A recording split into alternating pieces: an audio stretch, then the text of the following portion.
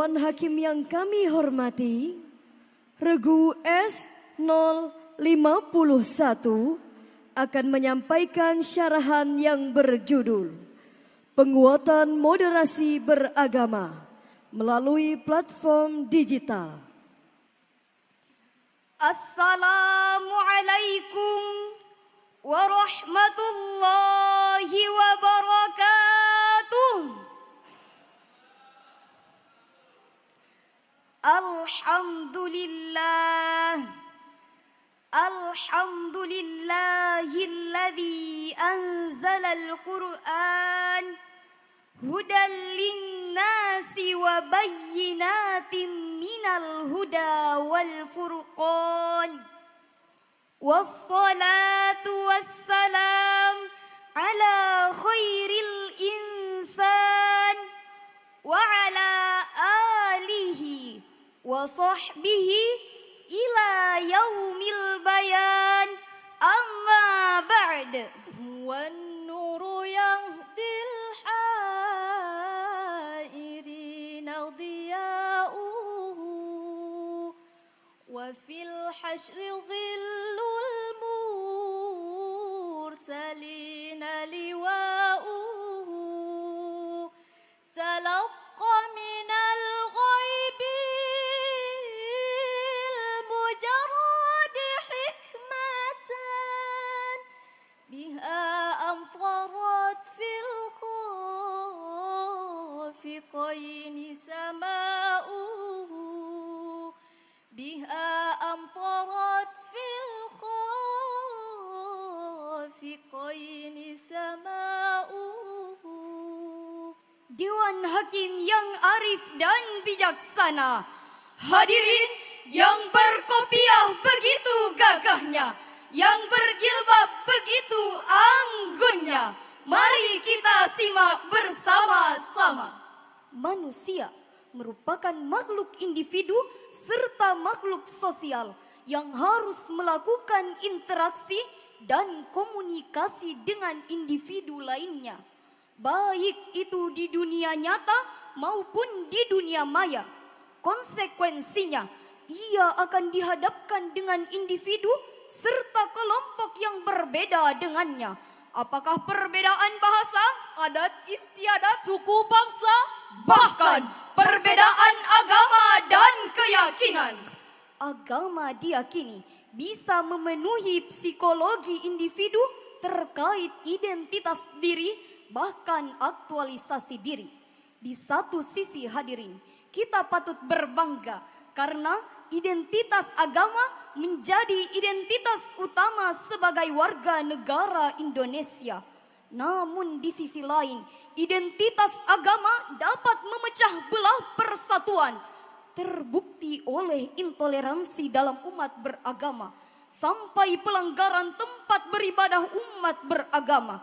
Masih ingatkah kita hadirin dengan berbagai macam kasus seperti pembacokan imam masjid saat sedang sholat berjamaah, bahkan konflik antar agama yang membuat negeri ini terpecah belah?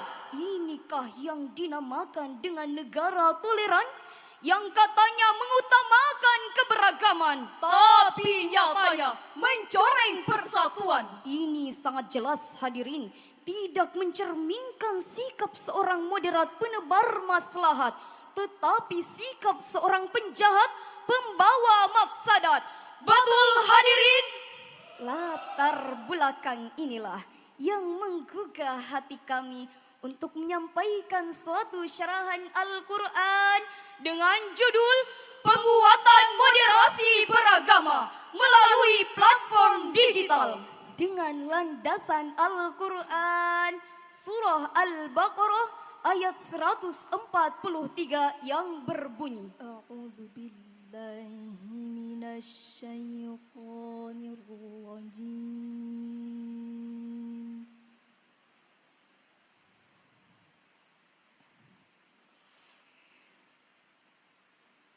Bismillahirrahmanirrahim.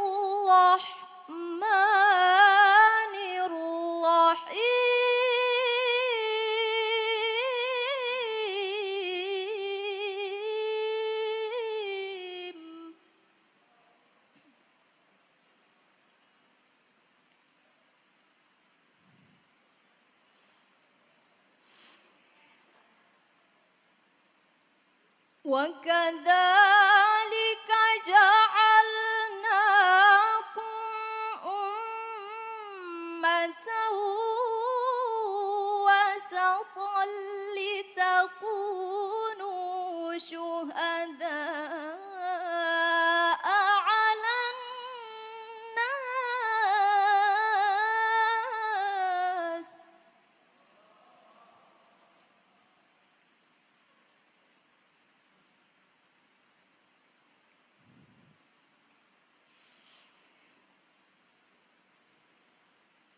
لتكونوا شهداء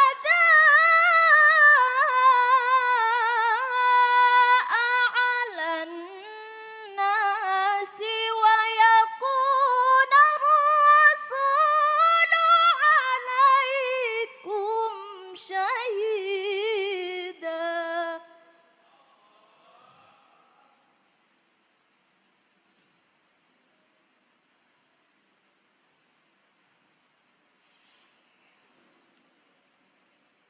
وما جعلنا القبلة التي كنت عليها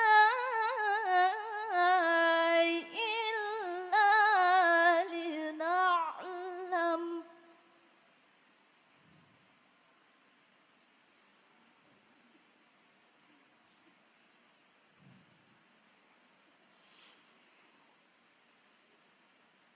إلا لنعلم من يتبع الرسول ممن ينقلب على عقبيه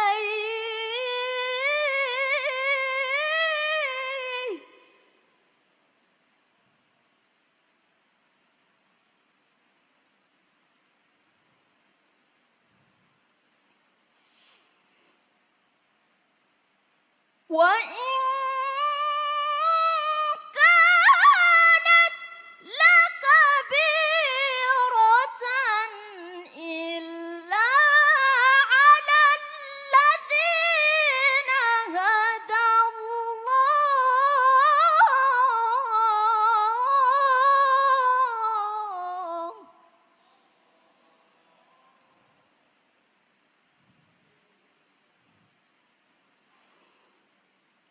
وما كان الله ليضيع إيمانكم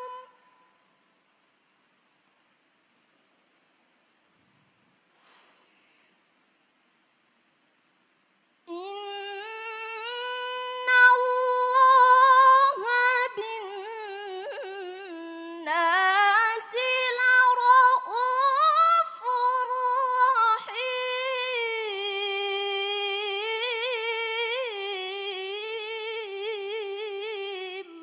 Hamba berlindung kepada Allah dari godaan syaitan yang terkutuk. Dengan menyebut asma Allah yang Maha Pengasih lagi Maha Penyayang. Dan demikian pula kami telah menjadikan kamu umat Islam yang adil dan umat pilihan, agar kamu menjadi saksi atas perbuatan manusia dan Rasul. Dan kami tidak menetapkan kiblat yang menjadi kiblatmu sekarang, melainkan agar kami mengetahui siapa yang mengikuti Rasul dan siapa yang berbalik ke belakang. Sungguh, pemindahan kiblat itu sangat berat, kecuali orang-orang yang diberi petunjuk oleh Allah. Dan Allah tidak akan membiarkan imanmu. Sungguh Allah Maha Pengasih, Maha Penyayang kepada manusia. Hadirin yang berbahagia, menurut Syekh Usamah Ar-Rifai dalam tafsir Al-Wajiz li Kitabillahil Aziz halaman 23, kata wasata secara bahasa bermakna pertengahan, seimbang dan pilihan.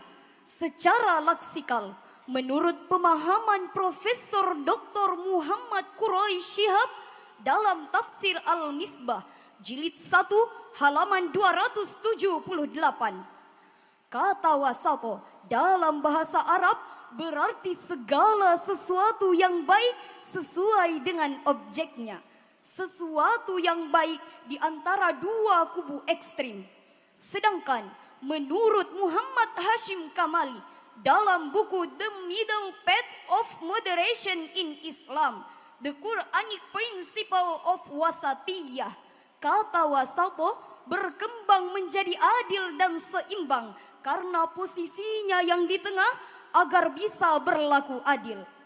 Hadirin, ayat tersebut merupakan landasan etis teologis bahwa umat Islam harus menjadi ummatan wasatun, umat Islam yang moderat di tengah-tengah kebinekaan. Melalui platform digital, penguatan moderasi beragama menjadi krusial dalam menghadapi tantangan di era digital. Artikel dan penelitian menyoroti pentingnya edukasi, kesadaran digital, literasi digital, peran pemimpin agama, dan dialog antar umat beragama untuk menciptakan lingkungan yang moderat di tengah-tengah kebinekaan. Selain itu, ajaran Islam juga melarang menjelek-jelekan, menghina dan memaki Tuhan yang disembah oleh penganut agama lain, guna menghindari terjadinya ketersinggungan dan tindakan negatif yang melampaui batas dari penganut agama yang dihina. Sebagaimana peringatan Allah Subhanahu wa taala dalam Al-Qur'an surah Al-An'am ayat 108 berikut ini. Wala tasubbul ladzina yad'una min dunillahi fayasubbullaha adwan bighairi ilm.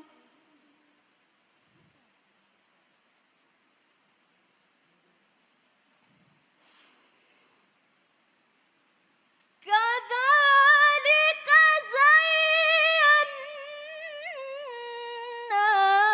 likulli ummatin amalahum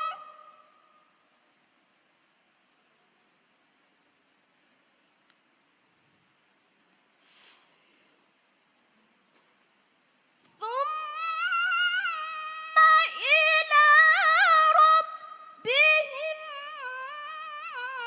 marji'uhum fayunabbi'uhum bima kanu ya'malun.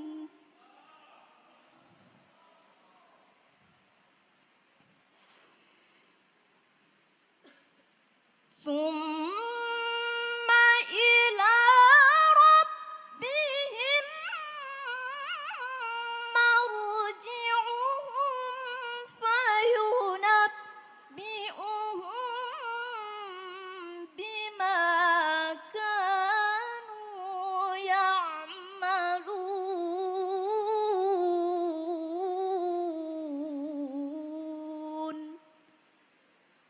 Sadaqallahul azim.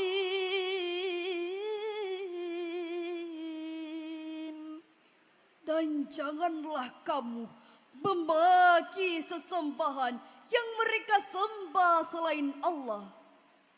Karena mereka nanti akan memaki Allah dengan melampaui batas tanpa dasar pengetahuan. Demikianlah kami jadikan setiap umat menganggap baik pekerjaan mereka. Kemudian kepada Tuhan tempat kembali mereka. Lalu Dia akan diberitahukan kepada mereka apa yang telah mereka kerjakan. Maha benar Allah dan Maha Agung atas segala firman-Nya. Hadirin yang berbahagia, sebagai individu, seorang muslim wajib menguatkan akidah Islamiyah sebagai makhluk sosial. Seorang muslim wajib menguatkan ukhuwah insaniyah, ukhuwah diniyah, bahkan ukhuwah wataniyah dalam bingkai Bhinneka Tunggal Ika. Berbeda-beda tetapi tetap satu jua. Setuju? Namun sayang hadirin, di dalam ruang digital yang dikendalikan oleh kecepatan elektronik, banyak dimanfaatkan oleh kelompok garis keras atau hardliners untuk mempertontonkan narasi keagamaan secara agresif dan emosional. Tak hanya menjadi umat yang ekstremis, tetapi juga radikalis, bahkan sering dicap sebagai teroris. Lah, gak bahaya tak? Padahal paham-paham tersebut tidak menggambarkan ajaran Islam yang moderat. Hal ini berakar dari fanatisme beragama. Dalam istilah Islam sering disebut sebagai al-ghulu, yakni berlebih-lebihan dalam beragama. Demikianlah penjelasan Ibnu Hajar Al-Asqalani dalam kitabnya Fathul Bari jilid 13 halaman 278.